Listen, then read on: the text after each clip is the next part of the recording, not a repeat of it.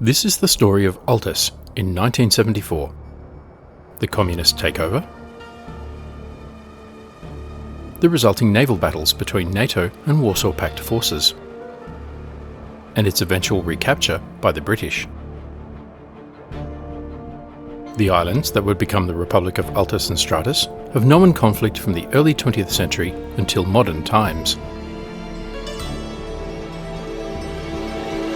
Historians of Altis and Stratis tend to focus on events on land. But locals know they live on islands. They are surrounded and their lives are dominated by thalassa, the sea. And they know that control of the islands inevitably falls to those who exercise thalassocratia, sea power.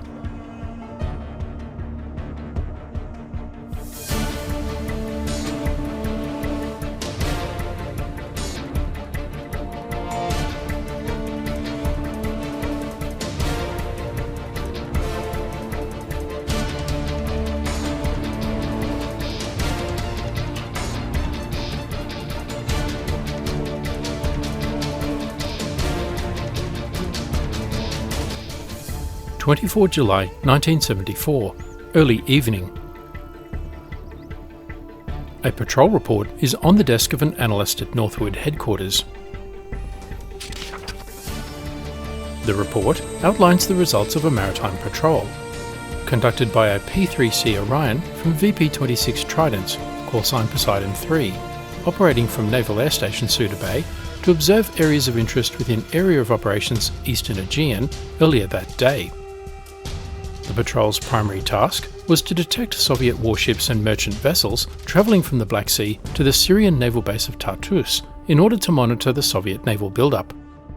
Their secondary task was to monitor the Turkish coast for indicators of a Turkish invasion of the Greek islands. The analyst reads through the various detections. The possible Soviet anchorage east of Crete that might be used to resupply submarines. The movement of a likely ship strike group comprising a Sverdlov and 2 Kashin-class vessels, possibly reinforcing the 5th Operational Squadron. A lot that will keep him busy in coming days. But the detection that intrigues him most is the mysterious convoy apparently headed to Altis. A T-43 class minesweeper, a Cannon-class destroyer, 2 Alligator-class landing ship tanks, and a merchant vessel. He shares the suspicion of the aircrew.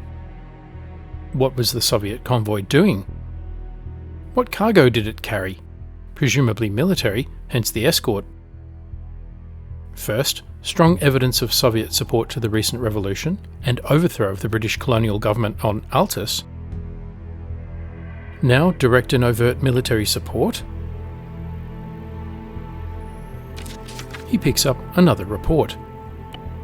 This time, a diplomatic cable from Her Majesty's government's mission to the United Nations. This report quotes the Soviet ambassador to the United Nations that the Soviet Union has recognised the People's Republic of Altis and Stratis as a newly liberated post-colonial sovereign nation. The newly installed KKAS-backed government has requested Soviet military support and guarantees of independence. And Soviet Premier Brezhnev has pledged support to a brother nation under Comintern, warning outside forces against interference. Why would the Soviets press so hard? Why the implied threat, and the reference to the Suez Crisis of 1956, in which the USA chose not to support Britain, France and Israel? Are the Soviets setting up a naval base on Altis?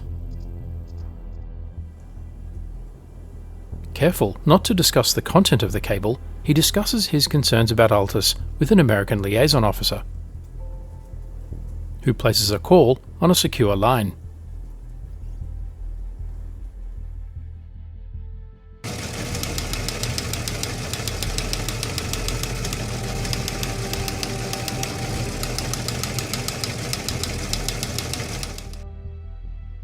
About 100 kilometres above the waters of the Mediterranean, a small satellite orbits the Earth.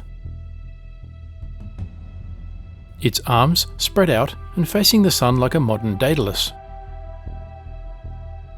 Launched from Vandenberg Air Force Base atop a Titan 3D rocket on the 10th of April 1974 as part of mission number 1208.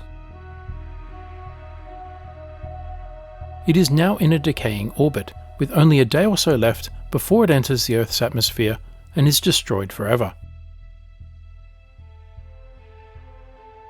The satellite is a top-secret US photographic reconnaissance satellite. Operated by the National Reconnaissance Office, it is a KH-9-8, by man codenamed Hexagon, and informally known as Big Bird. Part of the top-secret Keyhole program. This is the 8th satellite in the KH-9 program. It has spent the last couple of months photographing Soviet air and naval bases and other military installations. Once the film is expended, it will jettison the last of its 4 re-entry vehicles containing the film canister and 227 kilograms of film. And now, has one last mission. Its Perkin-Elmer optical camera is trained on a little island in the Aegean called Altis. Looking for any signs of Soviet military presence. The onboard Ferret LN subsatellite picks up radio signals from a number of ground contacts. Multiple surface contacts detected. Track 7004 is classified. Neutral warship. Multiple hostile ground surface contacts detected. But clouds obscure its view.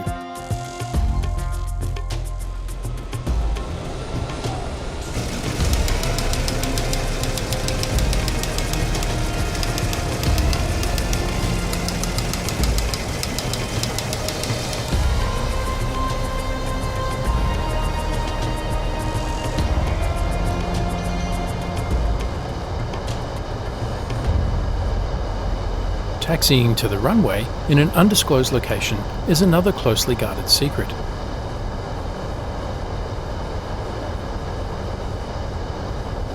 Another jewel in the crown of US strategic reconnaissance.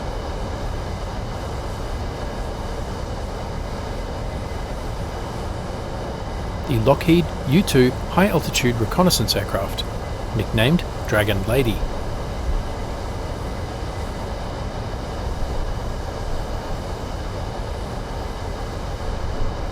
The aircraft is a U-2 Romeo, a redesigned airframe with underwing pods and increased fuel capacity.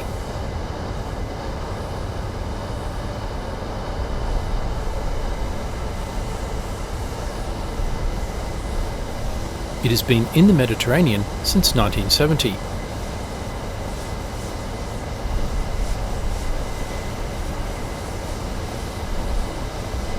Under the Even Steven collection program.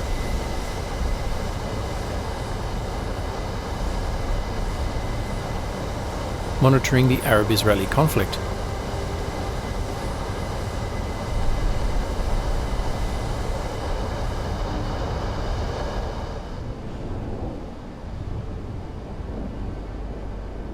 A curious air traffic controller watches the plane from the tower.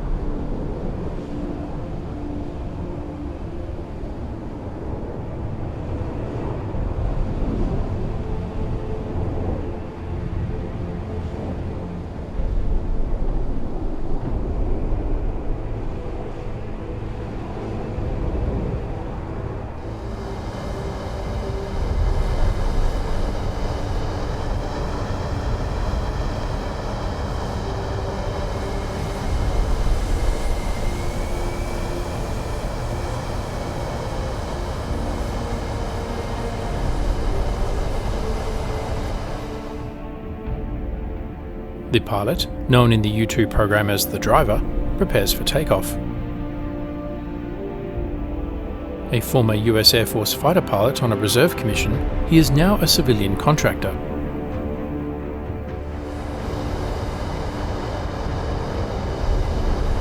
So the military can rather implausibly deny any knowledge if he is shot down.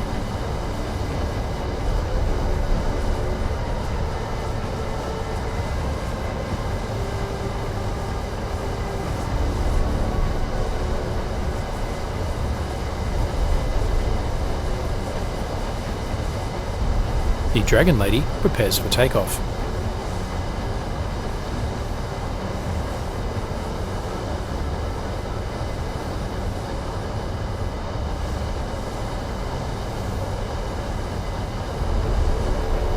Receives tower clearance.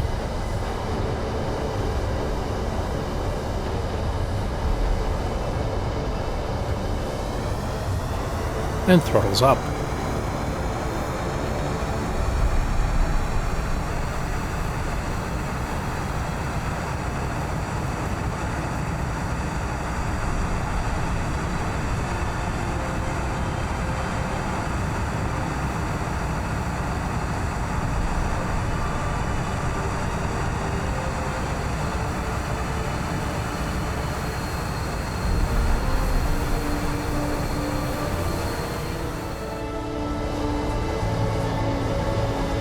The U-2 cruises at 72,000 feet above the Mediterranean.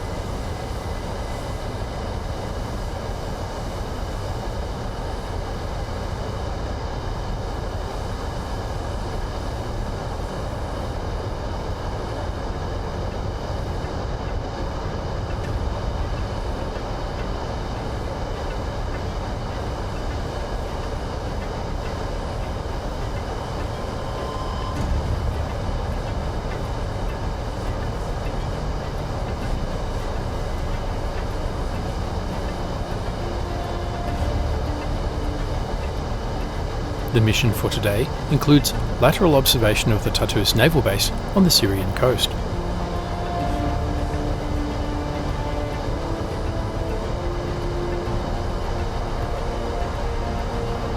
To monitor the Soviet naval buildup, the pilot silently speculates. Track 7004 is classified. Neutral port. Overhead imagery of the north coast of the island of Cyprus. To provide intel on the Turkish invasion, probably. And lateral observation of the Soviet naval port of Sevastopol in the Black Sea from the relative safety of international airspace. To monitor the Soviet fleet, as always. A late addition is an overflight of the eastern half of the little island of Altis in the eastern Aegean. No idea why, the pilot wonders. Best keep it that way.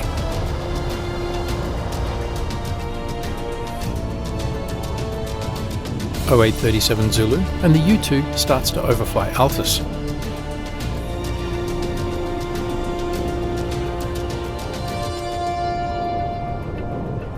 The onboard cameras start running, capturing overhead imagery for later analysis.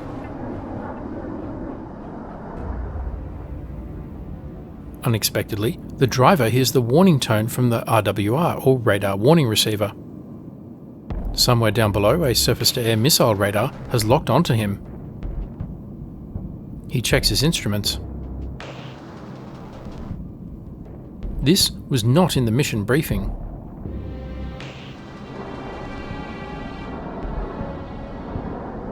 Roger, RTB. He turns to starboard to egress the mission area.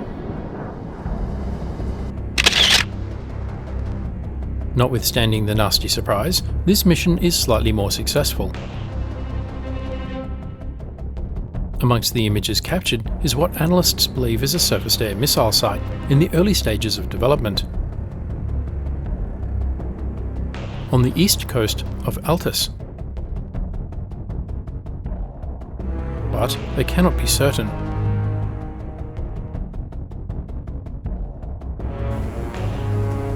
The analyst at Northwood discusses the situation with the American liaison officer.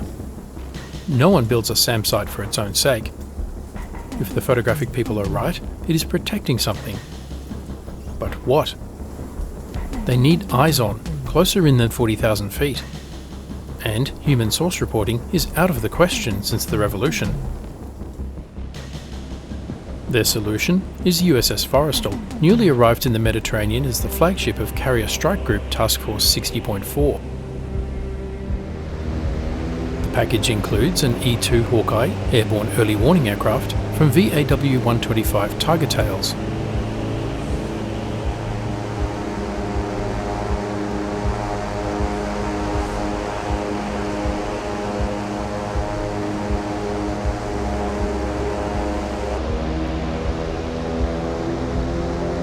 To listen for any telltale radar emissions.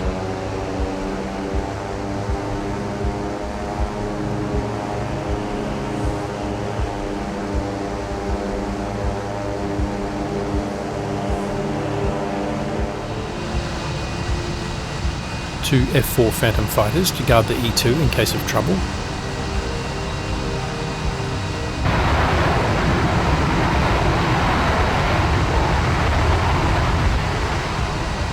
The fighters from VF-11 the Red Rippers are callsign Ripper 1 and Ripper 2.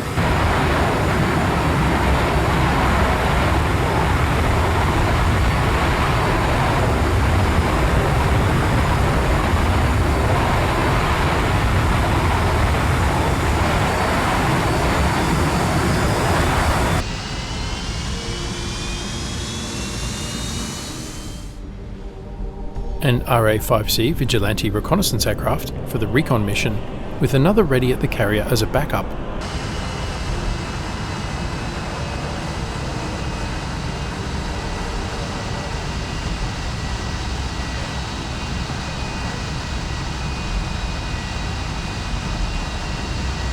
The Vigilante is from RVAH-13, the Bats, callsign Bat 1.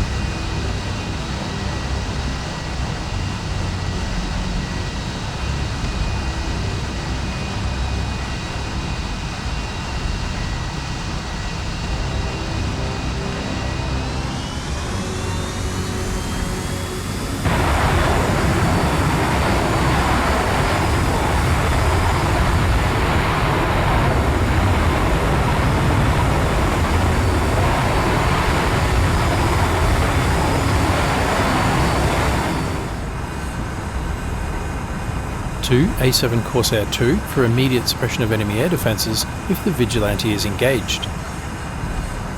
The Corsairs are from VA-81 Sunliners, callsigns Sunliner 1 and Sunliner 2.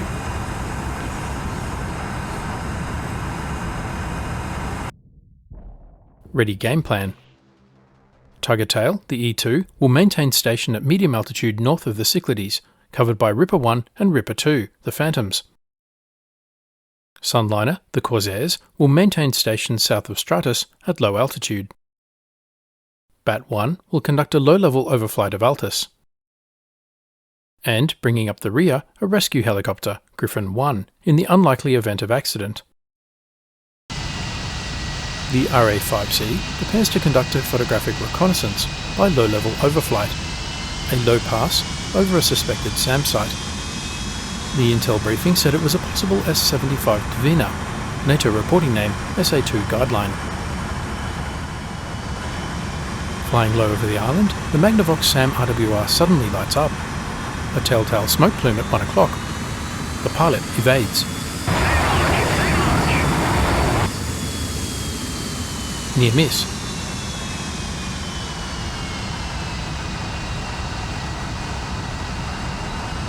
He drops down.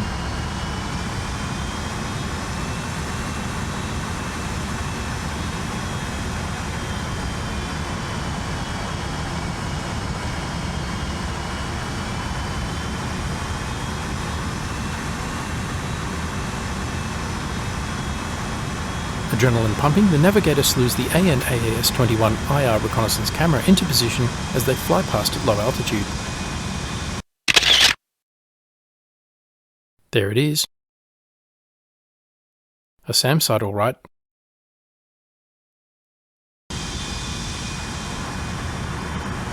Moments later, the Vigilante is feet wet north of Altis. The pilot briefly reports all is well. Neither can believe what just happened. Over the horizon to the south, the E2 has seen everything on their radar scopes, and the mission commander prepares a flash report for the CO of the Forrestal. The Cold War just went hot. In the next episode, Soviet naval forces flex their muscles as tensions rise in the Aegean.